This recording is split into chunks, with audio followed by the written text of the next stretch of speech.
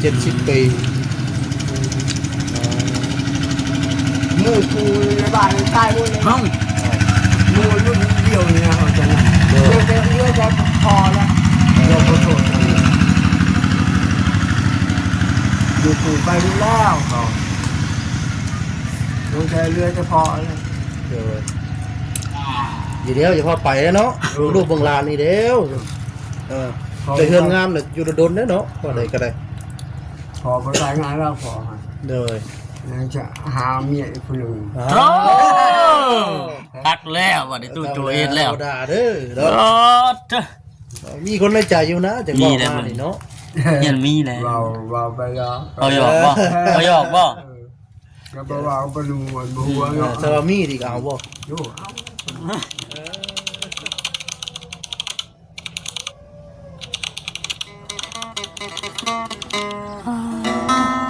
นี่ล่ะ แม่ดีเนาะ สบายดีเด้อ สบายดี สองคนสิเข้าเด้อบ่ สบายดี เข้าเด้อ นี่มือเบสป่ะ นี่สิต่างมาจากลอนดอนเด้อ ฮะ ลอนดอน เห็นป่ะ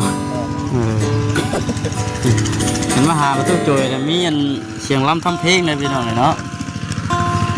เอายาวก่อน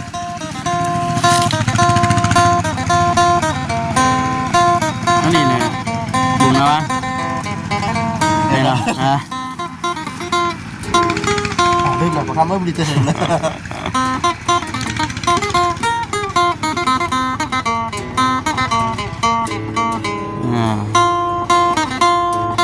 แม่นเนาะ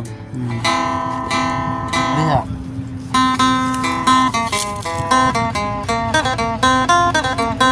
อันนี้คุ้นๆเนี่ยเต้งคุ้นอยู่นะฮะคุ้นเลย เป็นผู้ใด เออ บ่ใช่ฮะบ่ใช่ฮะ เออติ้งจังนั้นแน่นั่น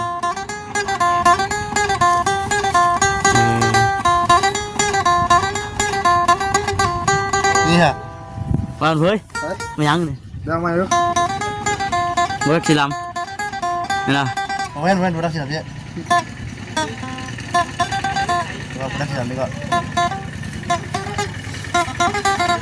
ตื้อ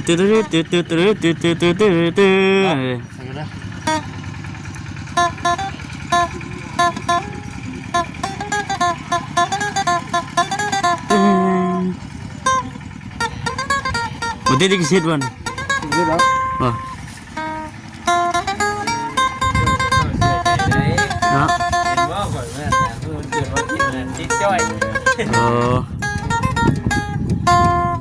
ลืมเลยว่าเดี๋ยวลืมเนาะ เอาลืมต้องพื้นอีกเติบ เชี่ยของจริงเราก็ ๆ ของเก่าว่าเราก็ ของกินบ่กินมันเน่าของเก่าบ่เรามันลืมเพิ่นว่าเนี่ย ลืมรอเลยเนาะ คือเพิ่นว่าแล้วแม่นว่าบ่มันเพิ่นจ้าไปสิเข้าหาประตูโจยก่อนบ่ได้มาแต่หึงเด้อพี่น้องเนาะทักทายสบายดีเด้อพี่น้องเด้อเนาะรอบค่ำรอบแรงว่าซั่นปอดตัว มันได้มั้งครับ ฮะ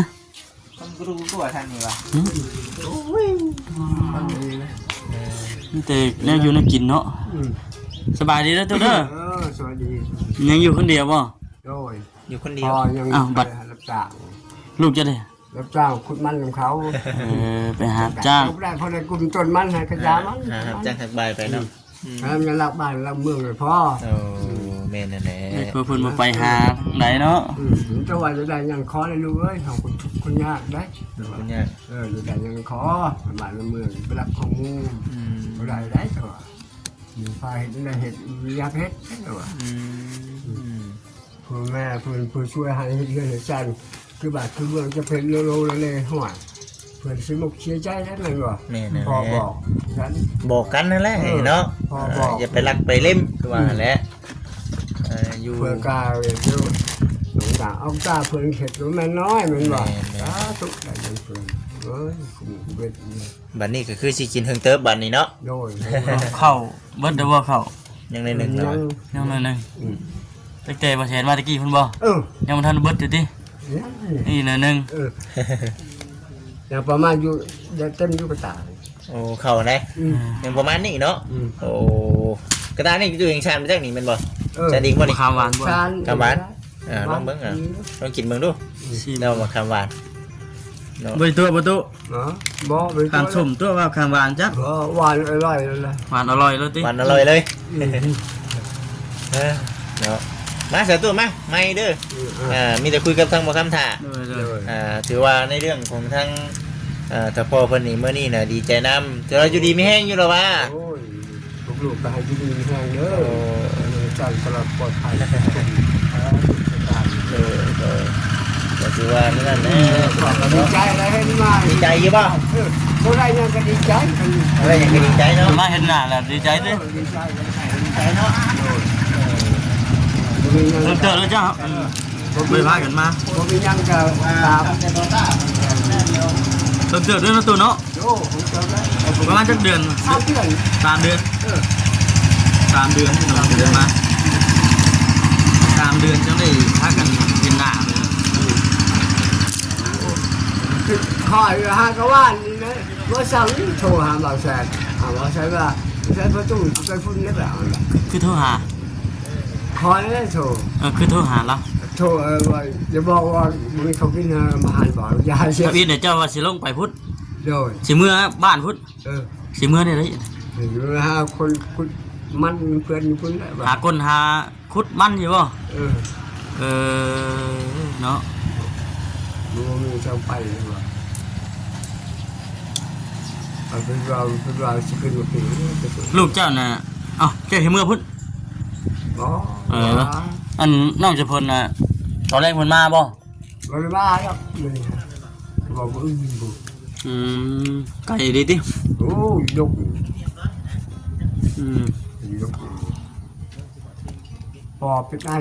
เป็นไอ โอ้เป็นโซติจอยลงไอไปเลย อยู่ดีมีแฮงอยู่บ่จ้ะ ซอยแจก ให้เป็นไอ ไอ ใครแล้วอยากแปะมือขึ้นแล้ว กินเถอะกินยาเข้าไปก็สิ กินยา ไอ้แน่แล้วไอพี่น้องเนาะ มันตอนดึกมันอาการเย็นเลย หมอคำคิดว่า มันเป็นย้อนอันง่ายขี้พุ่นนี่ก็แม่นเป็นเทียนทางนี่ มันถึง บางครั้งเลี้ยงทางเพทั้งอย่างโอ้อยู่เฮือนยังไอพี่น้องนี่เนาะ ปากถึงคอ แม่เอาหายใจเข้าอากาศที่นั่น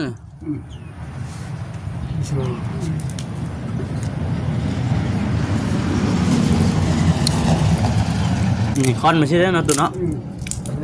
กินข้าวก็ยังบ่นี่เจ้ากินข้าวก็ยัง กินอันแกงเคียด แกงเขียดให้ไปหาเขียด พอปากา ปลา แล้วตัวนึงออกหาสาววันสตะมูตะพอง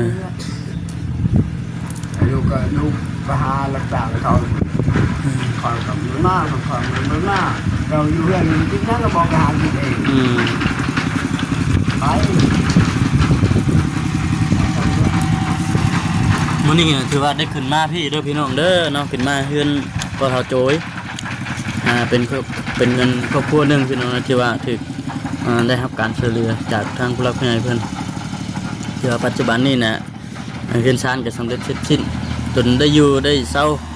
เมื่อสิเข้าปีนึงแล้วจักบ่ปีนึงนี่เนาะจนได้อยู่ได้ส้นได้เศร้าแล้วพี่น้องนี่เนาะปัจจุบันนี้ก็มีแต่หาอยู่หากินหาเลี้ยงปากเลี้ยงท้องเจ้าของไปแม่ช่วยกวนช่วยตา ตะกี้ตาเพิ่นก็แนมบ่ได้เห็นหุ่งมันจะมืดตะกี้อยู่กระต๊อบน้อยพี่น้อง ไอ้ชุดนั้นมันก็เท่าไปแทงแอลอันบางแสนเลยนะ ตะกี้มา เขาเอาแสนหนังชุดนั้นมันก็เท่าไปแทงแสนตัวดังบางแสนเดี๋ยว ตั้งแต่ สบายดีสบายดี ตั้งแต่นั้นมาก็บ่ได้ปลดเลยบ่ มันพูดเวลาไปพากันคือ ยังเดือบ่2อันบ่ประตู ยัง เดือบ่2อันคือเก่าบ่เป็นตานะ บัดไปกาดไปเฮียงเด้ การเป็นอย่างกันเถื่อกับป๊อดเถื่อกับป๊อด แทนบ่าวต้องสายมันไปใส่เกาะ ไปหารับจ้าง บ่ต้องใส่บ่ใช่ ไป บ่ มัน ไปเกาะ บ่น้ำพอเลย บ่ต้องใส่บ่ใส่ลงแล้วพี่น้องเนาะบ่ใส่พล บ่ใส่ฝน เป็นไปรับจ้างหยังเกาะ ขุดมันเขา ขุดมัน วันละแสนจะเห็ดได้กับ เห็นบ่ได้ก็ว่าสาวพันก็มีหน่อยนี่ถ้าจะพูดได้ เบ็ดจังไดก็เฮาข้าวน้ำเขาถือไปเองบ่หรือว่าได้ กินน้ำเสือก็กินน้ำข้าวน้ำเสือ แบบนอนอยู่พุ่นเลยนะตู้เนาะ เสือจะคนชาเน่าก็ชาก็พี่ถือไป โดย มันเอาข้าวชุบก็มีมันเบียดข้าวหมูจะอะไรแต่ว่า เอา กินเคยหมูมันบอกเขากินข้าวเองแฉะหมู โด ตัว โดย แล้วเจ้าตัวไปหมูก็กินหมูก็ได้เขาทานกินแล้วเขาไปกิน ทางประตูได้เฮ็ดเวียกเฮ็ดงานจังซั่นซุมื้อนี้ บ่ได้ มึงกินนี่มาได้ใช่ตู้มึงกินย่างมามึงกินนี่นะ ไปเพื่อนหลังนี้ ไปดินน้ำเพิ่นบ่ มันก็เราแกะมะขามเราให้มะขาม บ่ได้สารบ่เดี๋ยวนี้สารที่กองที่เผาบ่เดี๋ยวนี้ จะเป็นไอ้ช้าง เป็นไอนี่เป็นซานเมื่อไหร่ประตูอ่ะเป็นไอนี่เป็นซานเมื่อไหร่เลย เมื่อย เมื่อย เมื่อยเลยขอเมื่อย ประตูโจยอายุเท่าไรได้ดิ จักปีแล้วประตู เดี๋ยวคิดแล้ว 70 ปี มือกูในบ้านใต้มือเลย ห้อง มือรุ่นเดียวเนี่ยเขาจะนะเรือจะพอแล้วเราก็โสดอยู่กูไปดูแล้วเขาลงใจเรือจะพอแล้ว เดี๋ยวอยู่เดียวอย่าพอไปแล้วเนาะลูกเบิ่งลานนี่เด้วได้เฮือนงามน่ะอยู่โดนๆเด้อเนาะว่าได้ก็ได้ พอไปรายงานแล้วพอ เด้อ จะหาเมียอีกคนหนึ่ง โอ้ตักแล้วว่ะได้ตู้โจยแล้ว ด่าเด้อเนาะ โอ้เจ้า มีคนในใจอยู่นะจังบอกมานี่เนาะ ยันมีเลย เราไปแล้ว เอาหยอกบ่เอาหยอกบ่ ก็บอกว่าไปดูมันบัวเนาะ สวามีดีก็เอาบ่ ดูเอา เออ มันแตงก็ได้เนาะ ไก่น้อยตัวนึงก็เอาแล้วว่าเนาะ โอ้เป็นว้าวไก่ชิโต้หอยเลยไปหาคอในบ้านในเมืองไปหาคอ ว่าไก่น้อยตัวนึงก็เอา ค่าดองเท่าไรค่าดอง แถวนี้มัน ค่าดอง500,000ได้เถอะตู้ล้านหนึงดิ โอ้ ได้บ่ แล้วเดี๋ยวก็จะไปหาเพียง ถ้าลองน้อยอยู่แต่ว่าฮีดหลายแว้งเนาะ มารอบนี้เราเอาเรื่อง ผู้เสพ เมี ผู้ ย สาว มัน เนาะ เสียผู้สาวได้คือจิตไปไงมาสะดวกแล้ว นาววันใดวันอื่นว่านาวเดี๋ยววันเดียว หนาวสิได้เมียมาก่อนดิ อยากได้ผ้าห่มกาคนบ่บ่ถูกแล้ว กับคนนี้ตัว ว่าไปเลยพี่น้องเนาะ พี่น้องเนาะอย่าพวก เมื่อหยอกแล้ววะ จะได้ดีก็เอาเนาะ โอ้กันใจนี่ อ้าวว่าหยอกแกมลีใช่ไหม ถึงก็หยอกเกมดีเนาะ หยอกแกมลีเอาตู้ กินหอ ไป ด ได้เนาะ กินหอดทึกหึงไปมาโทรไปใช้บ่าวแฟนอ๋อว่าปั๊บโทรไปเดี๋ยวเขาว่ามึงเขากินอะไรบ้านบ่าวเลยเวลาพอตุยไปใช้แล้วบ่สิมามื้อนี้ โทรไปถึงช่วงอันประสบที่ว่าเขาเดินทางกันมาครับ อืม ถึงมือเนาะ เป็นได้ฟันดีบ่คือมาหาปุ๊บด้วยมื้อนี้ ได้ป้าคืนนี่ พันมาได้ปลา บ้านครับ ปลายังปลาใหญ่หรือปลาน้อย ป้าธรรมดาแล้วป้าที่ร้านเนี่ยป้าข้าว ก็คือว่าป้ากับเป็นมีบ้านมันอยู่ถือว่าเล็กป้าเลยสิออก ปากขาวนี่เนี่ยเลขรถวาเซน ดิ มันเป็นเลขยังไง เล็กหอยก็เล็กเสือเล็กกบหอยก็เล็กกบเพราะว่ามามื้อนี้เนาะมาแบบถือว่าอะไรเสื้อผ้าเลยมื้อนี้เนาะว่าเซนก็จัดชุดใหญ่เลยมื้อนี้ถือว่านักเติบเลยพี่น้อง50โล ตู้โจยเชียวเข้าได้อยู่บ่เนี่ย เขาได้บ่เขาได้ลูกสิเอาเขาให้ ลากกันหามเขา ทุกลูกแล้วเขา จะนอนกันบ่ จะน้อยก่อนนะครับมีอย่างแน่บ่เซนมันมาให้มื้อนี้ประตู เอาบัลลังก์ย่ายบ่ด้วยบัลลังก์ย่ายห้ามด้วย ลำไย แม่มังลำไยใช่ ใช่มาเกี่ยง มังลำไยบ่เกี่ยง ใช่ลืมไปครับ อะโวคาโดบ่ ไม่หมักแตงบ่สิริหมักแตงขาวแล้ว ขนม หมักแตง ไก่ยิงบ่ หมักเกี้ยงหมักแตงหมักแตงช่างอะไรเพิ่นนี่หมักแตงกัวหมักแตงจริงของแท้ตัวนั้น อืม ปลากระป๋อง3แม่ครัว นม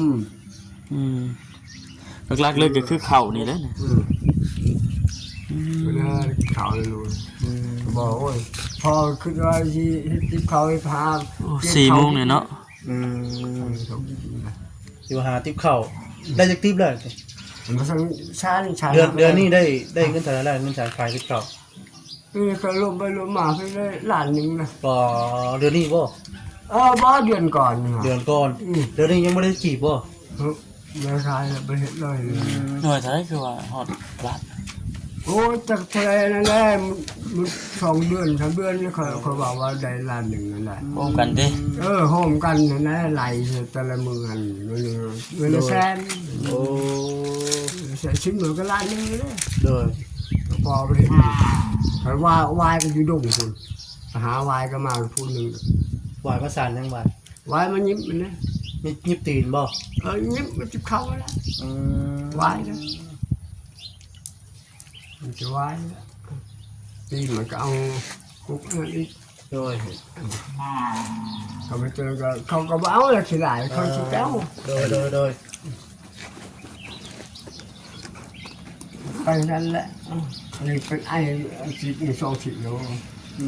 ม เมื่อย บ่ได้กินยาบ่จ้ะ กินทางยาจะมี ขนาดทุกลูกยังหากระพื้นนี่ลูกเป็นไข่เดือน3มื้อ ทั้งไทยเลยทั้งไทยไทยก็พอไปไม่ได้อยู่ โตแล้วอันนี้ก็เป็นวัดเลยนี่ อันนี้แล้วมันเย็นเลยมูว่าเอาเนี่ยโต อากาศ โตหอ อากาศ ม มันคือเก่าเนาะ โตเป็นไข่แล้วนะจะว่าโตไปเลยไปเลยเอาไว้อยากตายหัวไปเลยไปจุบินดีอยู่ว่ะ เลย แต่จะมาเช้าพุ่นบ่ กินเช่าไข่ยังเลือดแต่ไอ้อยู่เนี่ย อืม มันจะลงไอ้ไปจะลงก็ขึ้นนี่นี่ก็ไอ้ โดย ขนาดไอ้ แล้วบ่ได้ไปใส่กัดนี่แล้วถากหญ้าเยือนแล้วมื้อนี้เนาะ โยน เยือนนี่สร้างกับถากหญ้าที่นี่เท่าไหร่ไปมีนะดูกัน มันจะพอเชียเอาเลยไปทางเชียเอาเลย เสียหญ้าบ่ มันจะพอได้เชีย ใช่หรอกฝนบ่ตกอยู่ในหญ้าเพราะว่าขึ้นมาแล้วฮอดเสีย เวลาพอจูดเอาอ่ะ ระวังนะ ระวังเด้อเฮือนใกล้เฮือน บ่จูดกับบ้านอันแล้วยังมาว่ามันชนะงัด อย่ามันลามมันหยังฮะ เนาะน้ำก็เตรียมใหม่แล้วมันจูดเลยเฮ้ยบ่มีก็มากก็ยังหน่อยมากเลย ปริมาณรอบหน้าบ่มีแต่ซุปไอ้บอกใส่พ่นให้แบกกินได้3 เทื่อแล้วแบกกินก็บ่ใหญ่หมดเลยแค่นี้แหละเวลาพอไปดูไปป่ามันอยู่ในหมู่กับครูนั้น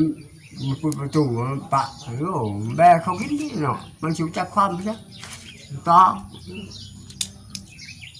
ก็มากินโอ้ยใหญ่มาแล้ว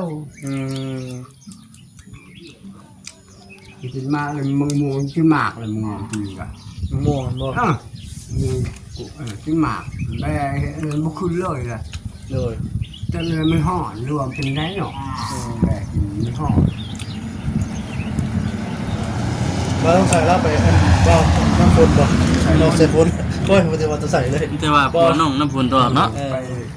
บ่ใส่ฝนไปนอนจักมื้อแล้วไปเบียก หาก็ไปขึ้นนี่ไปขึ้น แมลงนอนคนเดียวบ่แมลง นะคนนี้มันเชื่อกันไปเจ้าเชื่อ จักมือเพิ่นจังสิมาเฮือนนั่นน่ะ แล้วเชื่อก็บื้นเชื่อก็มาเชื่อก็บื้นบ่เป็นนะ มันเชื่อกับตอน เชื่อ มื้อบ่ เชื่อก็ได้มาก็มี บ่ง่ายๆก็อีกตามเบียกบ่ กัน เดี๋ยวไว้ก็มาไว้ ดีแล้วเนาะที่ว่าเพิ่นยังคิดเห็นเนาะหรือว่าสั่งที่ว่าหาเงินหาคำเนาะเพราะว่าก็ส่วนนึงเพิ่นมาแต่เวียงบ่ อะไรเงิน2 ล้านมาจะอย่างว่าไปให้พอ50 พันก็ตามมันขนาดมันกูตัวเอง ขณะคนกลุ่มตัวเองก็เป็นบ่พอเงิน เพราะว่าเท่านั้นแล้วตัวว่าพ่อก็หักแพงลูกนี่หรอ แม่นนะ พ่อก็ไม่ว่าอย่างเวลาพ่อได้ให้มาเงินเขาช่วยก็พอได้ก็จกเอาจะทุ่งให้ลูก แบ่งให้ลูกดิ แบ่งให้ลูก โดยไปได้ฟื้นไฟได้จ้ะเสียหลายบ่แต่ละเดือน เสียไทย เดือนหนึงนี่เอ้าแพงที่สุดซำใด 50 50,000 เฉพาะใต้ไผ่ชื่อนะ จะสาวหันชาวสักไปพัด ใต้ไฟเปิดพัดลมแล้วนะเนาะช่วงนี้หนาวพอได้เปิด คือเราบ่ได้มีตู้เย็นเลยเนาะ บ่บ่มี ชาวไปพัดอันนี้เขาใส่มอสัตนี่นะยังมีเงินให้เขาเขามาจอบซองเถื่อเลยยังมีเงินจะว่าอยู่จะว่าล้าน8เลย อัน แต่ให้แล้ว7แสนนะนั่นแต่ว่าหรือว่าไปหาเงินมาทำให้ผมไม่แล้วให้เพิ่นแต่ว่าของมุตตะเฮือเขาใส่มือมาสัตตัวบนใส่มันสัตทำไมเห็นได้เงินเนาะใช้น้อยสำเงินสำนักหาได้แล้ววะแต่ว่าพอเจ้าได้ของเป็นชาติเขาผมจะกันเงินเปิดมาให้มันก็เล่นให้ใส่ยังไม่ใช่ เงินไว้เอาให้ กูใส่คนนี้ มาใส่ฝนเพิ่นเอาให้เอามาให้ตั้งแต่เวียงพุ่นบ่ บ่เหมือนนั้นเป็นแบบนั้น เป็นไปเวียงบ่ นี่อันนี้ บ่ได้พอให้ทงให้ไทยไว้เนาะ อันนี้บางแสนให้ที่นี่ บ่ได้ติดถงติดไทยบ่ได้เปย์ภาษาน้อยแล้ววะตู้ บ่ บ่ว่า มันจะกินอิ่มเลยมันจะนอน นอนฟังหมอลำบ่ดินพินพังอยู่ไหนติ ชาวนี่เปิดกีตาร์ร้องเพลงคนเดียว โอ้ โอ้เขาว่าดีครับไอ้เนาะเขาว่าเนาะม่วนใจต้อยร้องคนเดียวเอาชวนไปฝุ่นพอไปเขากินเหล้าพอบ่กินยาเขาไปกินเหล้าก็บอกเขาให้ไปฝุ่นต่อยกีตาร์ใส่ฝุ่นมึงไปให้กินเหล้าคนเดียวว่ากินแค่นี้กินเดี๋ยว มากินกินมือว่าใช้เงินอาหารตัวเองให้ซื้อหยอกเงี้ยมันใช้ไปซื้อยาเงินอยู่อันดีกว่าแต่ก็เป็นงานเป็นอย่างไปซอยเขากินแล้วก็มึงไงพอแล้วก็ไปกินบุญอันนี้แล้วไปเชียร์กระแจ ฮะ กระแจเหื่อนก็ เฮ็ดได้บ่ดิ งานนี้แหละงานบุญ บ่ได้เห็นนี่ใช่บ่ดิ บ่เห็นเลย เอาอันนี้ดิ อันนี้ก็มันล็อกแล้วเปิดไว้เลยแล้ว ไปใส่ไปหันไปนี่บ่ได้ล็อก บ่ อ๋อ ล็อกไว้เลยบ่มีแกทำได้ถ้าบ่สิล็อกไว้ก็เฮาเปิดไว้ปล่อยอย่างนั้นว่าบ่ได้ เอาบัตรสีไข่เนี่ยเดี๋ยวล็อกไว้ทางในบ่ เข้าไปทางปล่อยอย่างนั้นใครเอาทำ ล็อกไว้ทางใน เอาไปไหนเนาะเดี๋ยวนะป้าอย่างนั้นมีแต่ว่าขนเครื่องเนาะป่ะครับ นี่นั่นแหละ ขนข่าวขนยังให้ไปสู้แล้วก่อนพี่น้องเลย เพราะว่า หน่อยก็พากันเดินทางกลับเฮาก็ได้ ครับได้ทำเลยเนาะ แม่นเลยเปิดประตูเด้อ ข้างนอกก็ประตูนี่ก็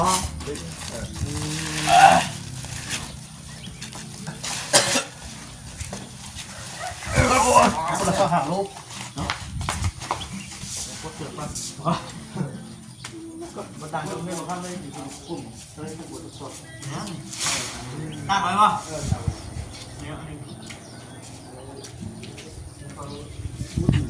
นี่ปลาฟองบ่โอ้ผมมักประตูเลยนี่เนี่ย ที่ขาดไว้คือนม มักแม่มักเลยเนาะ เช่นนอน กินนมนอนเลยนอนใส่ประตูถักลาย เพี้ยละนี่ยังจะขึ้นครัวเนาะผมนี่เนาะ เดี๋ยวครัวมาดิเดินตัวเข้าเลย บ่ เนี่ยเดินครัว อาบใช่ป่ะ พอใจ เดี๋ยวนะมุมด้วยเหรอขึ้นเอาเลย